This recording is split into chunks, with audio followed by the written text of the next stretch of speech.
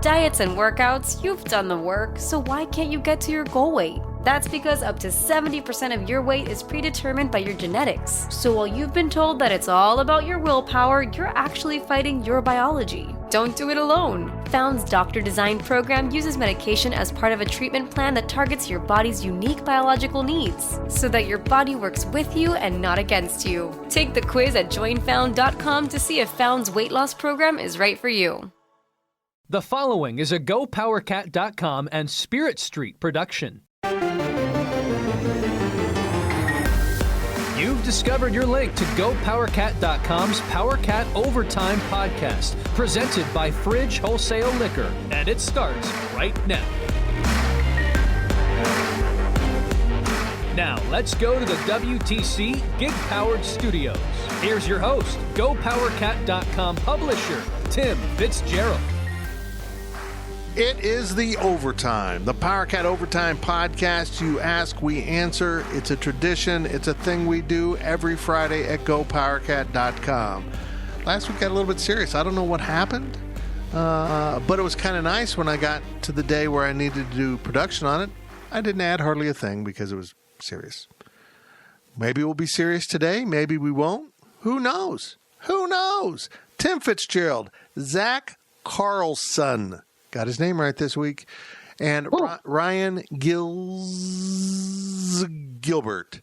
He's in Kansas City. We're in Manhattan. We're all at home.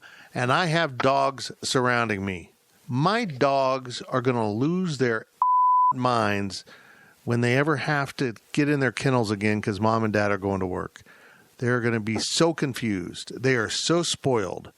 They're with us nonstop, and now the weather's nice, so the door's open, so they're just coming and going at their own leisure.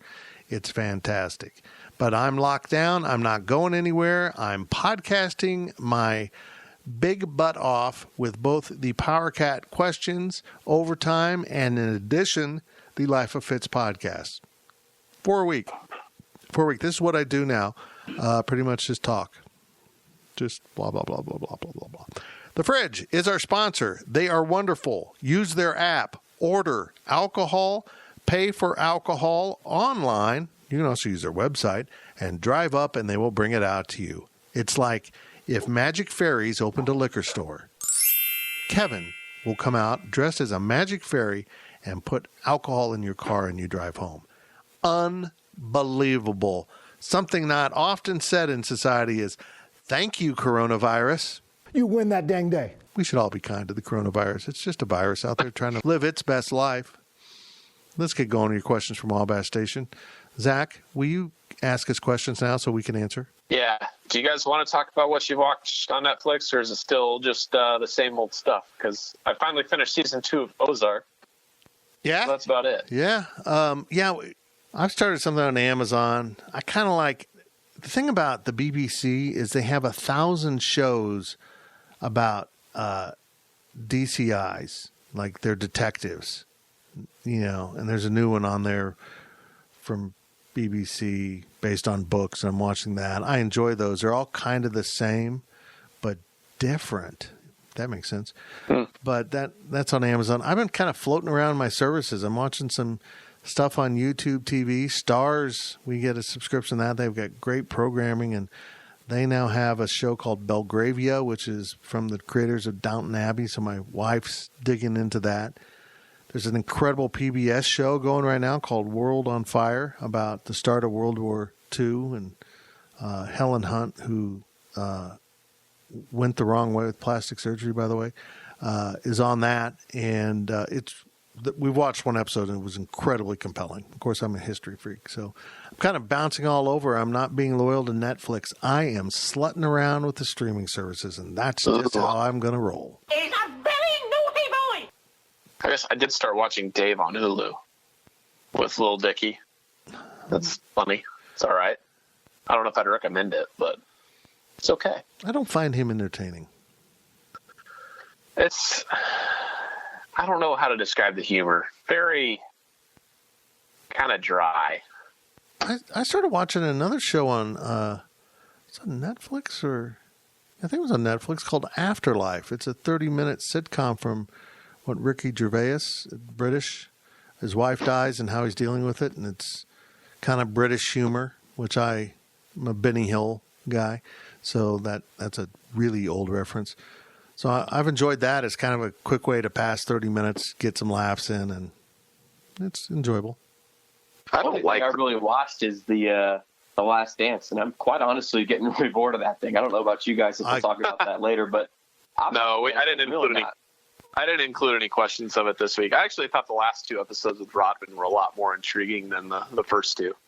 I love Dennis Rodman. I started really now. It made me realize that Dennis Rodman was a character that brought me into the NBA more because I remember those Bulls-Pistons games. I remember John Paxson going off. I remembered so much of what they talked about in that last episode, and I'm sad that you didn't include any questions from that because I stayed up late catching up, doing my homework because I put it off to the end like I always did in college. I was up to about 1 watching 3 and 4.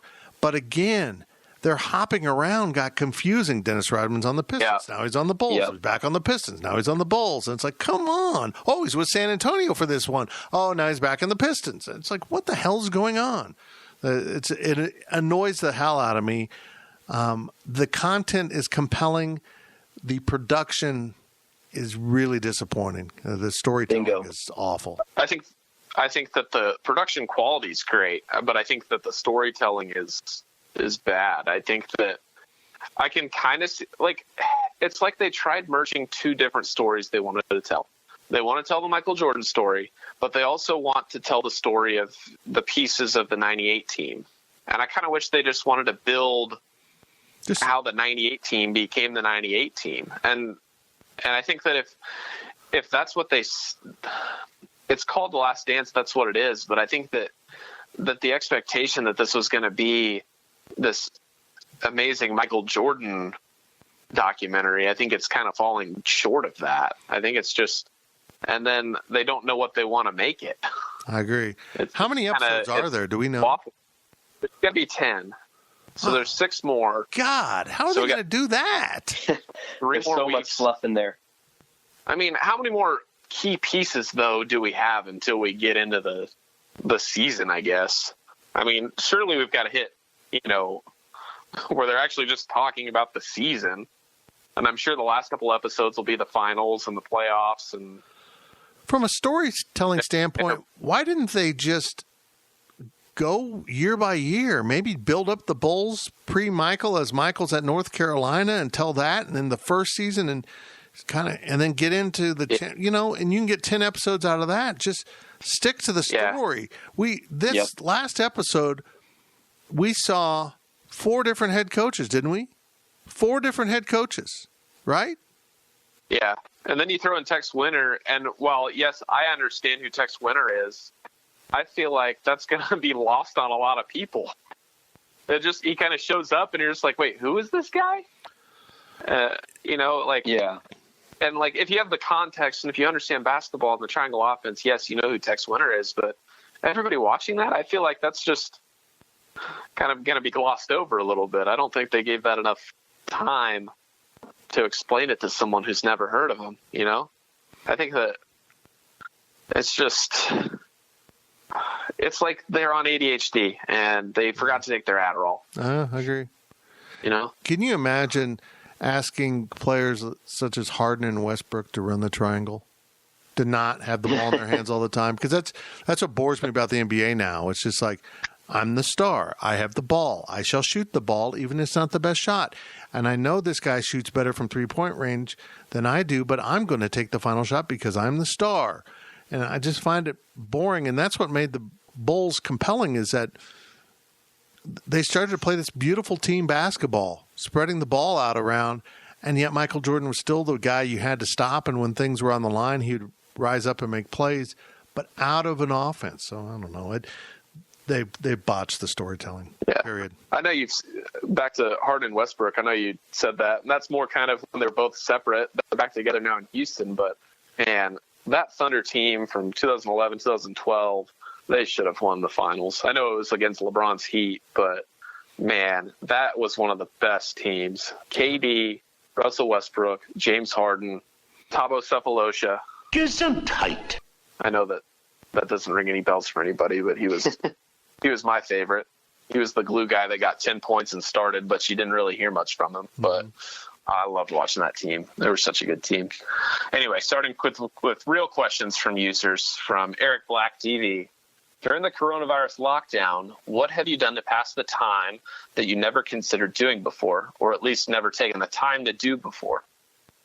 Well, I started a podcast, which is weird to say because I up until this, I had never considered just doing a podcast of me calling people and talking to them. You know what I mean? It's kind of just so simple, but without the coronavirus, I would have never felt I had a position to just call up Greg Sharp or my buddy Johnny Kane up in Detroit and just talk to him. And I just talked to Andrew Smith, the first coronavirus case in Manhattan and Riley County.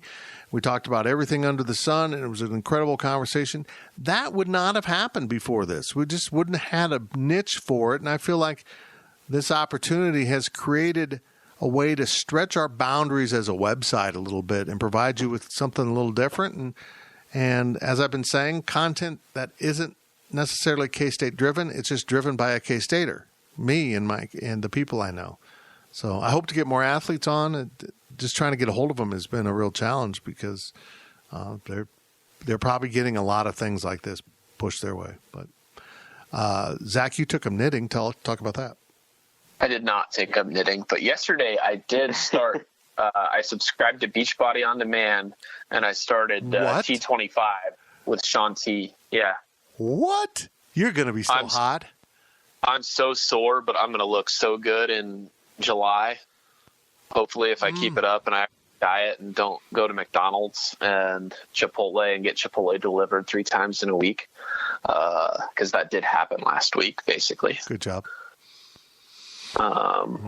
Zach. Yeah, so I'm very sore right now. And yes, it's called Beachbody. I don't think my body's going to look very beachy, but if I can lose 15 pounds around my stomach, I would be very happy. Your stomach? My stomach. It's like made of sandwiches, stomach? Sure, but it's mostly burritos right now. Okay. Like, they're just stacked in there. Gills, I don't understand what you're doing. You work delivering pizza pies for Conglommo Pizza, and you don't watch Netflix. I mean, I feel like you're up to something.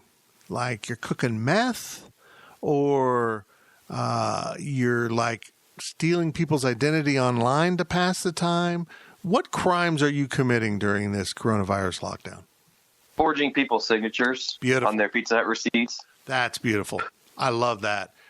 Give myself a little extra tip. Yeah, I like you feel it me? a lot. Yeah, I like it a lot. They leave rooms for an extra zero, and they were asking for it. That's my theory. Yeah, but other than that, I mean, just schoolwork and Pizza Hut, really, I haven't picked up anything new. I'm a boring person, man. What can I say? That's going to make for great podcasting. I do forget that you are still going to school. You are. You haven't flunked out yet, right? Not yet. Just knock on wood. The recommendations from the Purdue president were really interesting because he was talking about even if they come onto campus, they need to really look at more distance teaching. Do you really need to be in class 3 days a week? Can there be more independent study? We meet on Mondays, and here's what you're going to do this week, and I'll have a YouTube presentation up for Wednesday, and you need to watch it, then we'll all meet up and have a quiz on Friday. Maybe more of that kind of thing that people don't have to be in the same room all the time with each other. I don't know. I'm intrigued if we learn things from what we've had to do here. What bugs me about online classes, especially through K-State, is that, and not like right now, how they shifted to online, taking online classes, and this goes anywhere. It's more expensive to do online learning than it is to go in person. No sense. Yeah. No sense. It doesn't make any sense. They charge you an arm and a leg to go in person. They charge all 4 limbs to do it online. And it requires less work you're not meeting in person. It makes no sense. It's completely backwards until they fix this problem. And maybe it is to discourage I think so. Online learning. Let's make a lot of money off it if we got to do it. Yeah, it's like it doesn't make any sense to me.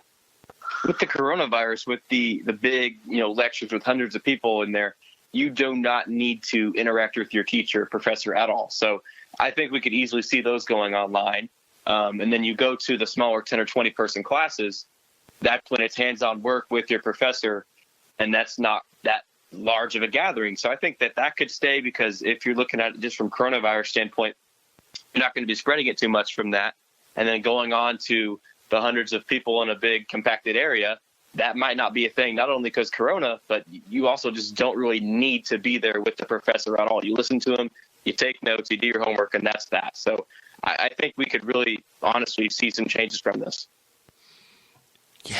Was Gills? It sounded like you were karate chopping something right there. Yeah, are you doing some karate on the side? Is that your secret thing? I'm practicing my signature right now. I'm not doing anything. I don't know what you're talking about. Okay, whatever. Conspiracy. Back to those 400 person lectures, though. I picture like the Big 12 teleconferences with Joni, and press star 1 if you want to ask a question, and just having somebody be a moderator there.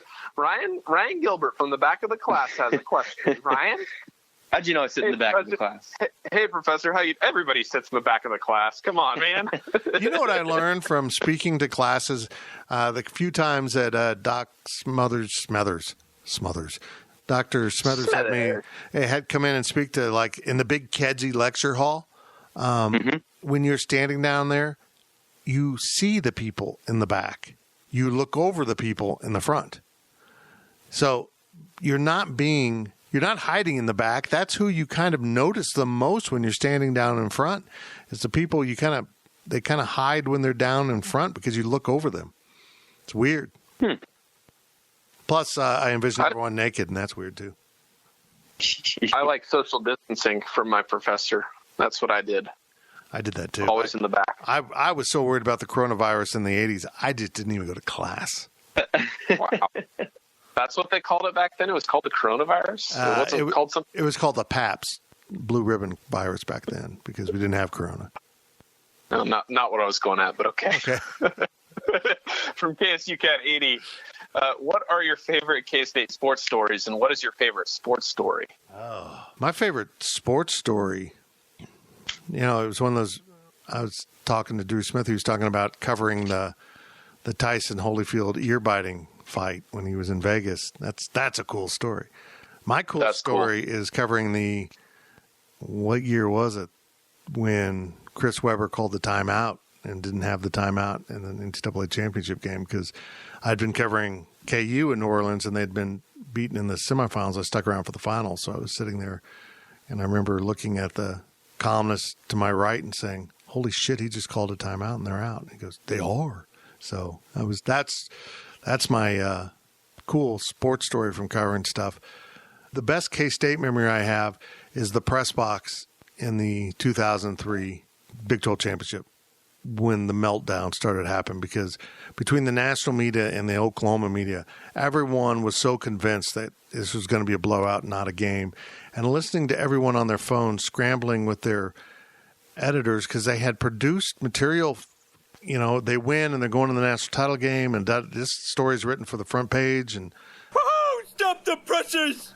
And it was all dead, and they were just all in mass panic amongst the media trying to sort things out. It was rather entertaining. And then I've talked about it a lot of times, the memorable moment in 2005 with the bombing at the Oklahoma K-State football game, and that whole weirdness, not being able to get to our car 2 hours after the game because it was in the area that was locked down and we had to be searched, and they had to come check our car for evidence, which basically meant material. The guy blew up, so parts of his body were all over the band bus, and everything was covered in goriness. But yeah, that's one of the wildest games I've ever been to, but you don't really remember. Like, I was just in the game. Yes, there might have been some sort of explosion we heard, but I think a lot of us just kind of played it off as being, that's just the Roughnecks with their guns down in the other end zone, just shooting their gun or something, But then they come over and they say, hey, nobody can really leave the stadium right now. We've got, I think they said a law enforcement incident.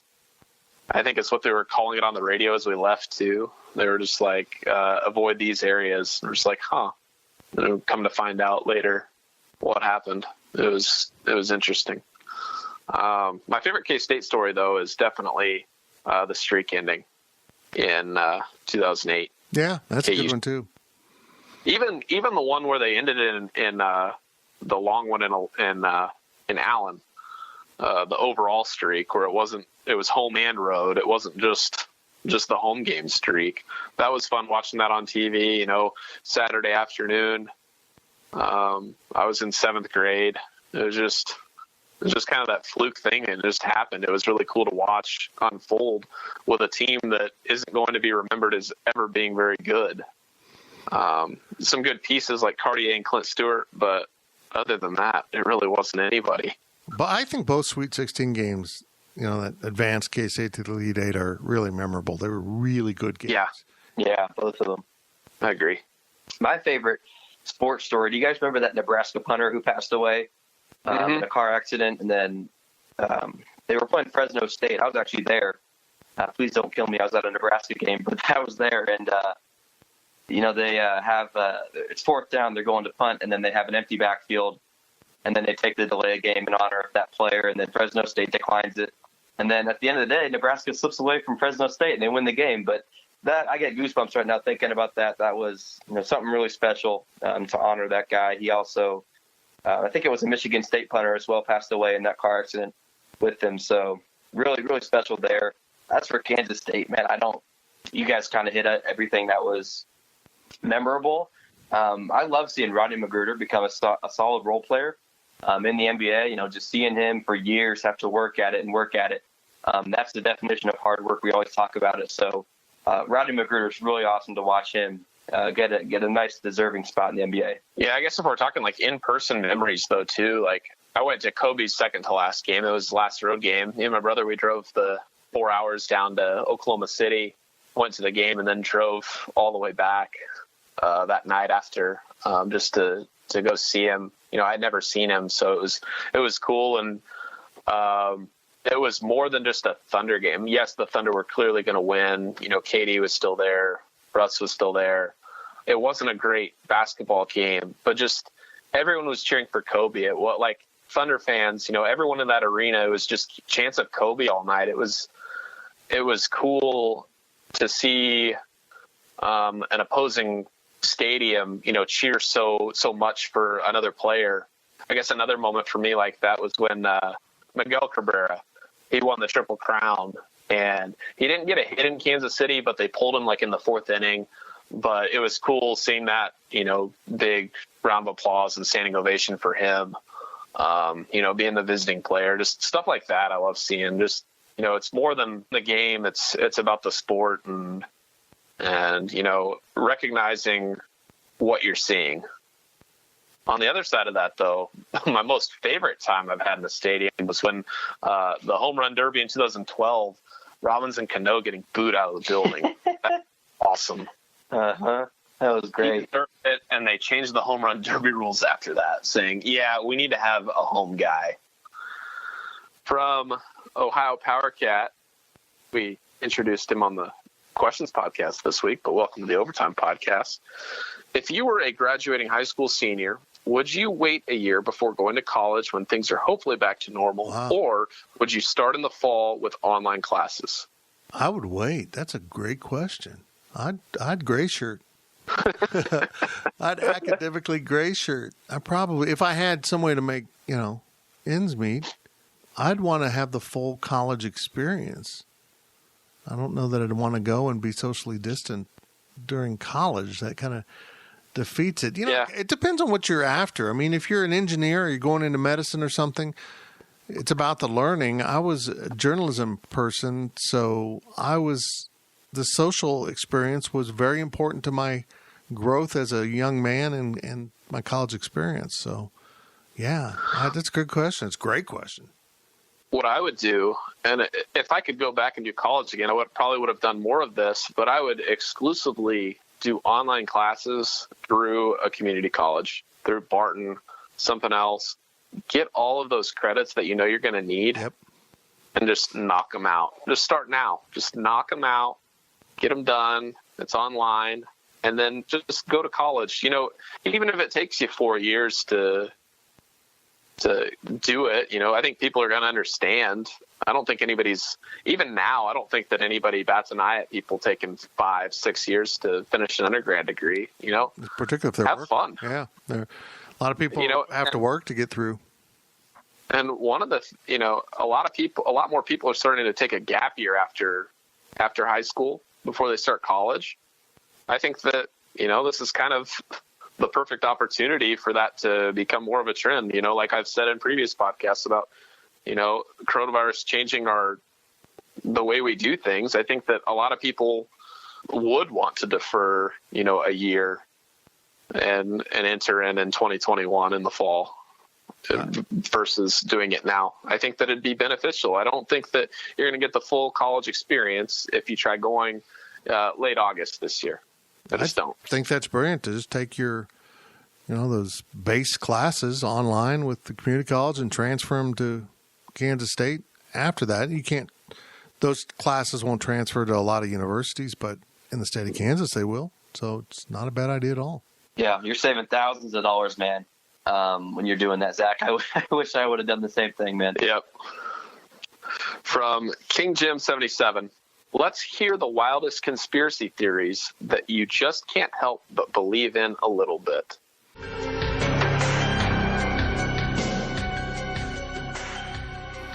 This one's easy for me, and I hope they get into it on The Last Dance. Go. What is it? Michael Jordan was not retired from basketball. He was suspended for gambling. Oh, wow. He was suspended, and they mentioned this in his 30 for 30. Jordan Rides the Bus when it covered him playing baseball, and it was very brief, but they did mention it that you know Michael Jordan's a gambler. I don't think that's any secret there, but that he wasn't. The conspiracy is that he wasn't just taking a break from basketball. That was mandated. That was not his choice. So he plays. Oddly enough, or easily enough, in the Chicago White Sox farm organization, you know, it's very convenient, you know, how he ends up in baseball the way he does, and he's able to stay, you know, somewhat relevant doing so, and then comes back to the Bulls and unretires. I think that he just didn't, after three world championships, I don't think he just packs up and says, I'm done. I'll wear the 45 in a couple of years. I don't think that was. I don't think that that's what happened. I think that he was told, "Hey, you're not playing." That's a good one. Gills, you got any conspiracy theories you like? No, I don't have enough free time to go into that stuff, so I don't have anything really. Man, did you see that the Navy just released UFO videos? Yeah, I did see that. And I think the reason they did it was because the video had already been released outside of the military, and they released themselves to just say, yes, this is what we have. This is legitimate video, or we don't want you to question the authenticity of this video. But yeah, it was interesting. What's the video? Is it just a light or there's jet there's two or three objects that are moving very quickly that was it Navy pilots? They didn't understand they didn't know what it was. So, you know, it could have been a drone. It could have been another country, but I'm sure there's an explanation for it. But if you want the wild one, I'm absolutely a believer that those UFOs, unidentified flying objects, are real. A lot of them have been fake, but they are real. The source of them, I'm not sure.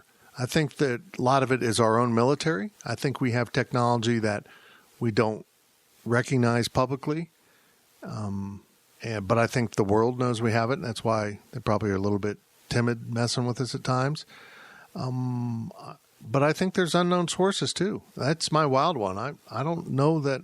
I'm not arrogant to think that in this wide expanse we're the only ones here, or the knowledge we have of science is, all complete, even near it. And there might be people that, or beings that can travel from spot to spot much quicker. I'll buy that. I'm not going to rule it out. Also could be time. It could be someone moving between time. It's humans, but from different parts. I'm into all that. I'm open to all that. I'm not saying that's what's happening. I'm not just going to discredit it.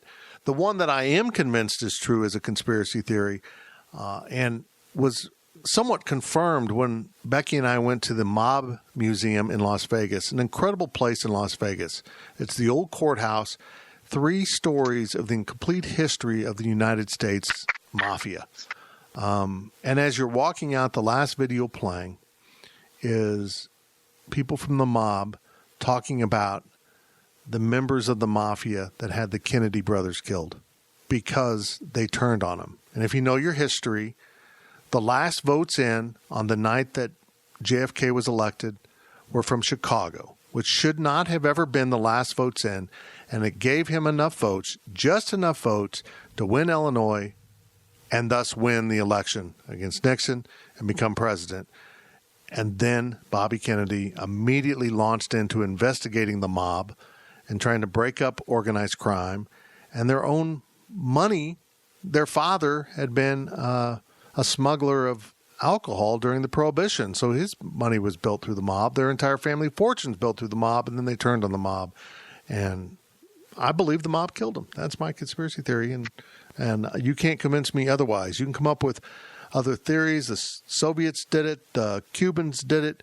I think there is very strong evidence that organized crime killed JFK and then RFK.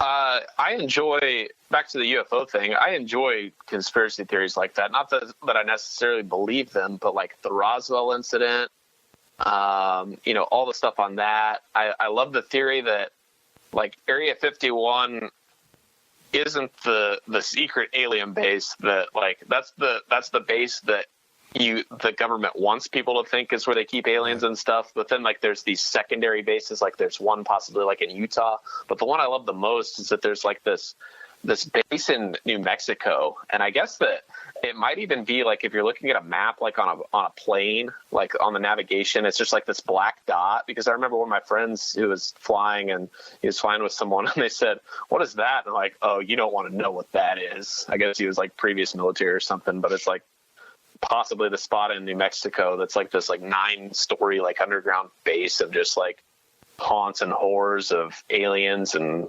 monsters and whatnot. I'd love it if it was cool or if it was real, but like it's so ridiculous. But stuff like that, and like the Denver airport conspiracy, that's what I was going to mention for the New World Order. But just stuff like that is interesting. But this isn't really a conspiracy theory that's anything, but I do believe that the U.S. government has things and is working on things that the president, regardless of who it is, that is kept secret from the president, that he does not have any control, is not working on it. Like if he asked about it, he would not be told that it exists. Yeah, I think the big lie of military wasting dollars and they don't know where this money goes is a lie. I think they know where it is. It's just off the books and what they're paying for to study and research. I think that's Area 51. I don't think Area 51 has anything to do with, there's aliens there or spaceships there. Yeah. I think it's all high-level secret research on projects that we just don't know about. And we know the area exists. They guard it, and people fly from Las Vegas into that area every day for work. They fly in, they fly out, and that so I just think it's a high-level research area, and they don't want people finding out what's going on. Yeah, I think they worked on the F-35, the new plane that the government's spent billions and billions of dollars on. Just stuff like that is just, it's more of an aircraft development base more than anything. Picture this nightmare scenario. You're hosting friends for the big game. It's neck and neck in the fourth quarter, and suddenly you realize you're out of drinks.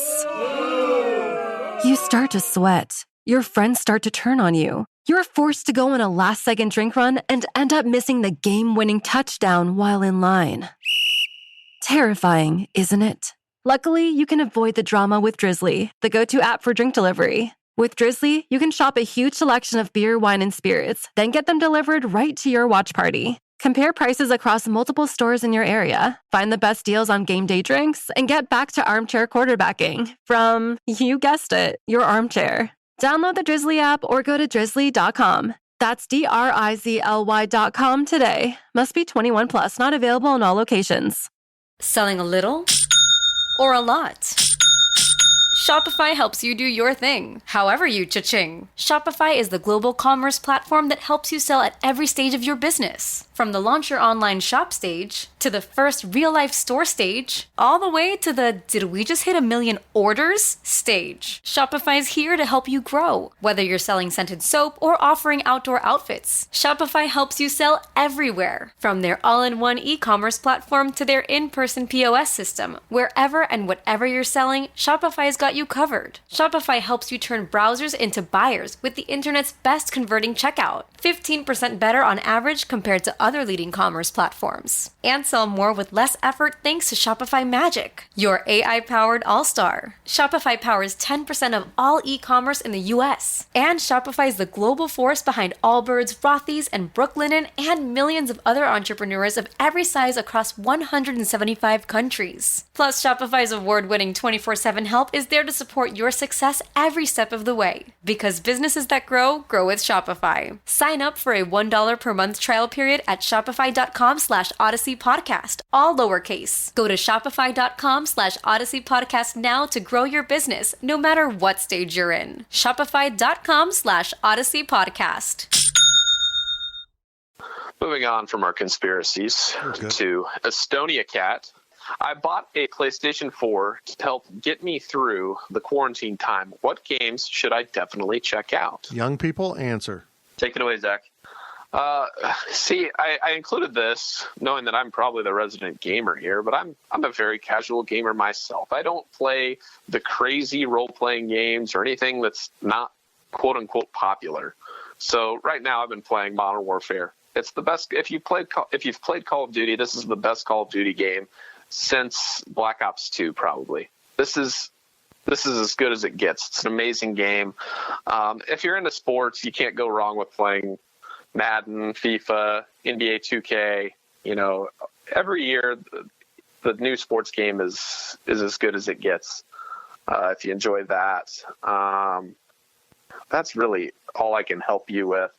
Rocket League's fun for a little bit. If that's kind of one of those games that kind of crosses into being a gamer. A lot of skill there required to play that, but you could play Minecraft if you want to build stuff and you just be creative, I guess. But if you're a nerd, if you're a nerd, but Call of Duty is pretty much where I'm at right now. You can play Fortnite. Fortnite's still popular. It's free. Call of Duty Warzone, which is part of Modern Warfare, but that's a free element, and that's their battle royale. So very similar to Fortnite. But battle royales are pretty popular right now. If you want to try finding one of those, Apex Legends is also. I haven't played it, but it's very well reviewed.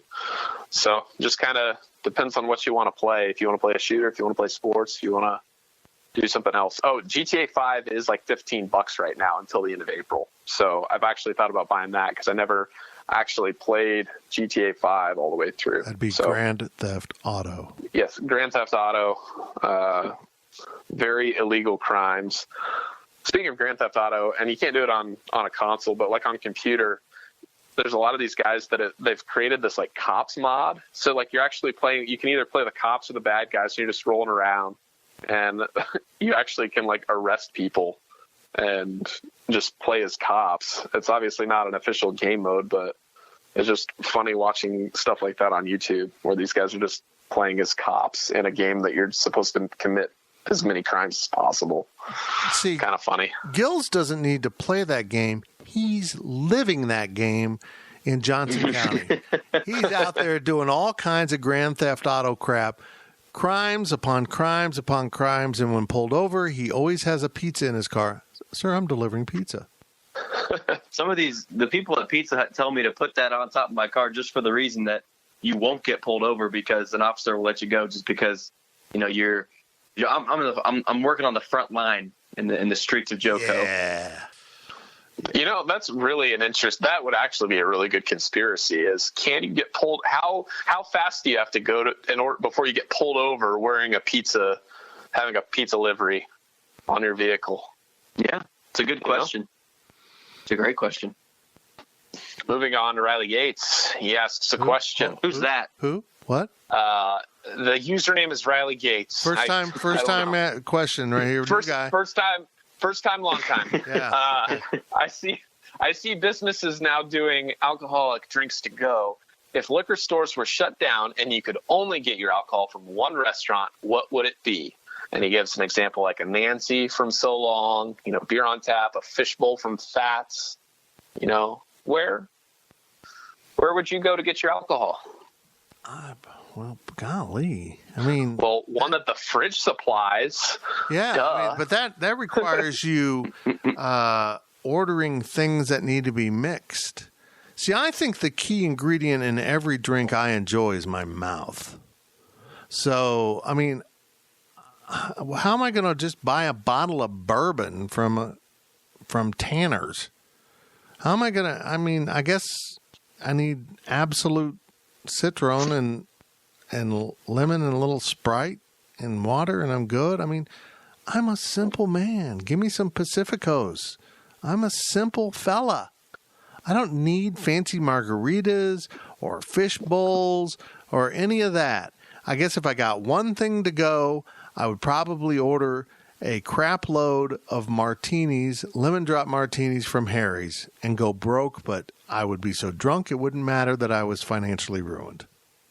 Nancy's do sound good, but I kind of want to just go to Chili's because I go to Chili's enough as it is. You can get that Presidente margarita, you can get all your beer you need. I mean, it's still a full bar is a full bar, So why do you need to order Nancy's to go? It's cheap beer with pineapple juice. Make it at home, you lazy boobs. Right. I don't know. You got to go with something mixed though, with a margarita, or go to Coco Bolo's and get a margarita from there. That'd be great. If I was down to one place, I would go to Cause on Thursdays for 50-cent Wells. Ooh. But if it's for the rest of your life and you can only go on Thursdays for that deal, I don't know. Stock up for the week. Out. Yeah, I guess so. It's not a bad value option there. So, is it for taste or is it for your wallet? That's the question. That's what Thursdays are, right? Is it about taste or is it about wallet? I'm going to pass on the alcohol they're pouring for 50-cent drinks. I'm going to pass on that. You don't like rubbing alcohol, Fitz? That's the best. My liver is more finite than that. It needs soothing, well purified and distilled liquors, not rubbing alcohol that still has chunks of old tire in it. Moving on to Dr. J54.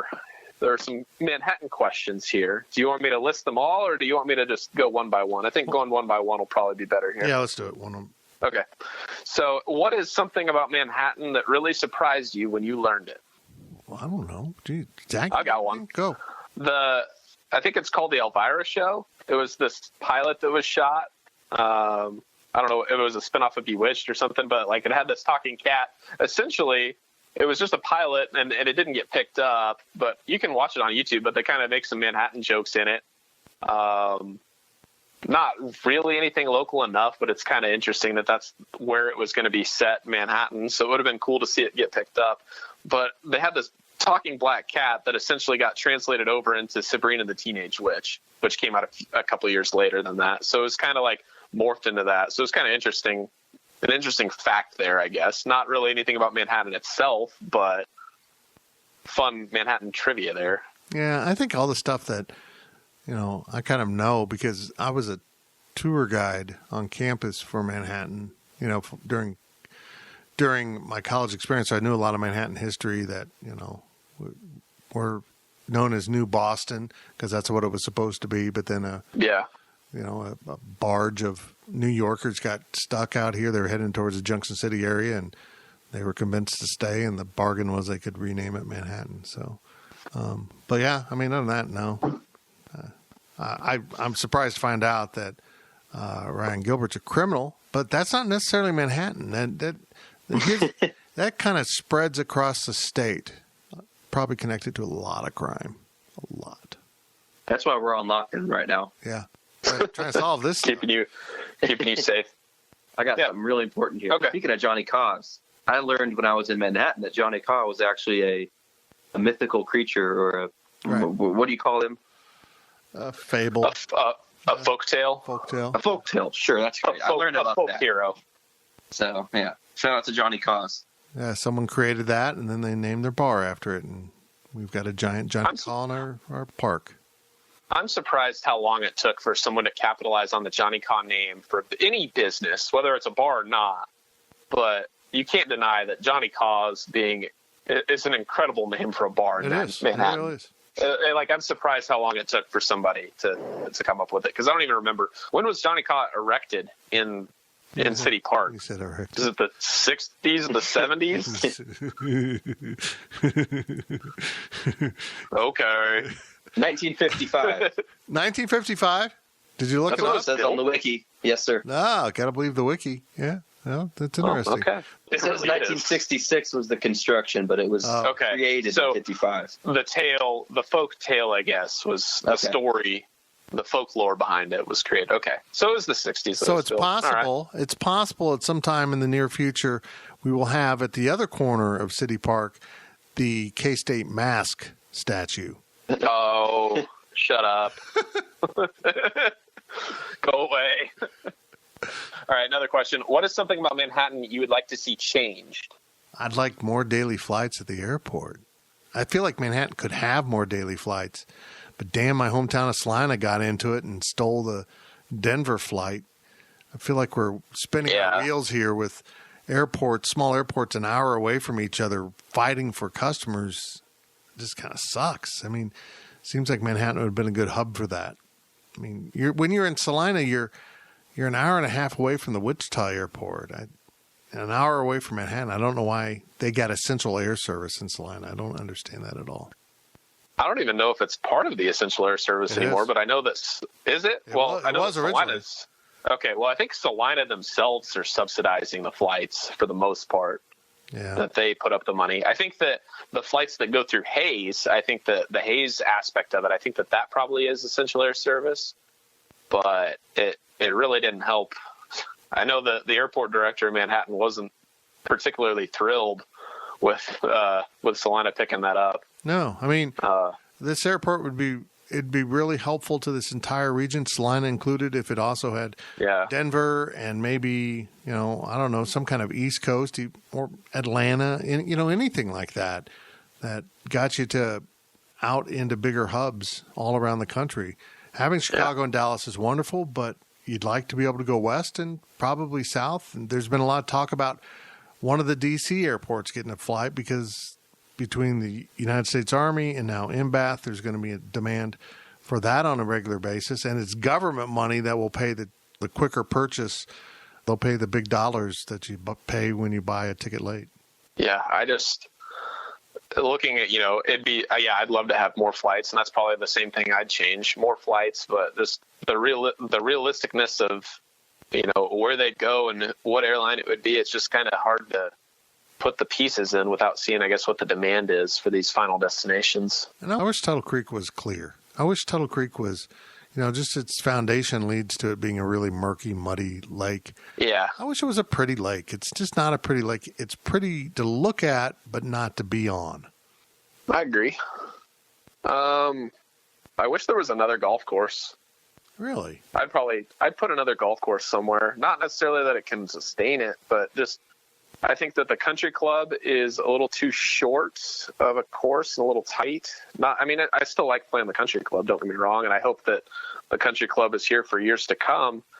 And then I think on the other end, I think Colbert is just such a different golf course to what I guess I want to play. I'd love to see something a little more walkable, but on that same challenge scale, I guess. A little longer of a course, but something that isn't so drastic in elevation change and so much. You got to hit it 250 yards to this spot if you want to be safe, or you're going to be in the native grass. Just less trouble, I guess, but still being a decent championship level course. Something that you could actually host either a college tournament or maybe a professional tournament. But Colbert Hills is a terrible golf course for having any sort of hope of having a professional tournament out there. It's just, you'd have to use golf carts at some points of it. You couldn't walk the whole thing. It'd take 6 hours if you wanted to walk it.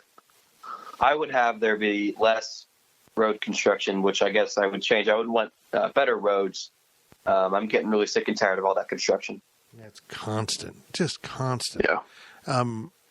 I'd probably build garages for Aggieville, and I wish Aggieville was a bigger district, a little more diverse, and went another block or went out to Bluemont, something. I just kind of wish Aggieville had been given its full opportunity to develop by city government instead of being restrained all the time. I'd love to see a 1,000 to 1,500 capacity concert venue down in Aggieville. I agree. Like something where you can have that kind of up and coming, I don't know, country star, pop star, whatever. Someone that resonates with the college generation, kind of like is it the Grenada in Lawrence? The Granada, yeah. Granada. Oh, I'm sorry, Lawrence. Something similar to that, just to where you can actually get concerts coming in, because Lawrence literally has concerts every week of somebody that's decently famous, and K-State gets maybe 1 or 2 concerts a year, and usually 1 or 2 of them, all of them are usually those country up-and-comers that probably wouldn't even play in Lawrence anyway, just kind of play into the stereotype of being an ag town, I guess. Next question is, what's your favorite place to eat in Manhattan that has never been a sponsor of the podcast? They were never sponsored the podcast. I mean, it's Taco Lucha. They've sponsored us. Yeah, they've sponsored us on the magazine side, but Taco Lucha and Solong are still places I go to. And Wahoo was a sponsor. Bourbon and Baker, Wine Dive, those ones. And, of course, Chili's. Chili's is always delightful. Zach and I like Chili's way too much. As far as the local place goes, I probably wouldn't have said this 5 years ago, but Coco Bowls right now for me is probably my favorite local spot to go. I used to not really like going there that much. I'd still eat it, but now, especially drinking like $5 margarita crafts on Thursdays, I think they have the price, but and with the covered patio, even in the winter, it's nice and warm. It's a decent spot to go to. Always like Cox Brothers too. I know that they're basically the same parent company there, kind of like Solong and Taco Lucha there, like Fitz said. But stuff like that, I like that. Obviously, Chili's. Right next to everyone chains. Coco Bolo's is Rockabilly. Some of my best memories as a kid coming to games in Manhattan. My family loves Rockabilly. We always go there on game days. The food, I don't love the food, but just kind of the memory, the small little atmosphere in there. I really have some good times there. I hadn't eaten there until like a few months ago. I think one of the last times Fitz and I went out and drank in Aggieville, I went down to Rockabilly to go drink and hang out with some people for a bit. And I hadn't really been in there much. Even when I was in college, Rockabilly was never a place to go to. But now kind of my trends and tastes have changed, and I love going to Rockabilly. It's such a fun little bar to go to. Love that place. Love it. That's a perfect answer, Rockabilly. Last question of the podcast, and last one of the Manhattan questions. What is the most beautiful place in nature in or around Manhattan? Pillsbury Crossing is awfully cool. Just the Konza Prairie is pretty. I don't know. That drive between Manhattan and Council Grove, I love it. Yeah, that's probably any place where you can go through the Flint Hills and you're experiencing the elevation change, and you're just kind of out on a back road. I think that's kind of cool in nature. I love just kind of like sitting in one of the valleys around Manhattan and just kind of looking up around and seeing the hills and how they're flat. I love going up kind of top of the world-ish. I think that's a cool place to just kind of look out and see, the city and just kind of how it sits kind of in this bowl surrounded by these flat-topped hills. I think that's kind of cool. I've never been to Pillsbury Crossing. That's probably my biggest Manhattanite sin. But I never picture Pillsbury being like this cool place in nature. I just think of it as this place where everybody would go to drink in high school and college and just kind of get kicked out by the cops. So that's how I associated it with. That's it, Fitz. Very good. That's the Power Cat Overtime podcast. It was long. I hope it was delightful, but it is done. Go about your life now, people. Go mingle with your family, but stay away from strangers. Don't trust them. Just put a mask on and scowl. That's how we should need to handle this. Just scowl a lot. You've been listening to the Power Cat Overtime podcast, presented by Fridge Wholesale Liquor. Power Cat Podcast. All rights reserved. GoPowerCat.com and Spirit Street Publishing. With Blue Link Plus, you can access your Hyundai Tucson Limited remotely. Doors unlocked, temperature set, lost car found. There it is. Get complimentary class-leading Blue Link Plus. Call 562-314-4603 for complete details.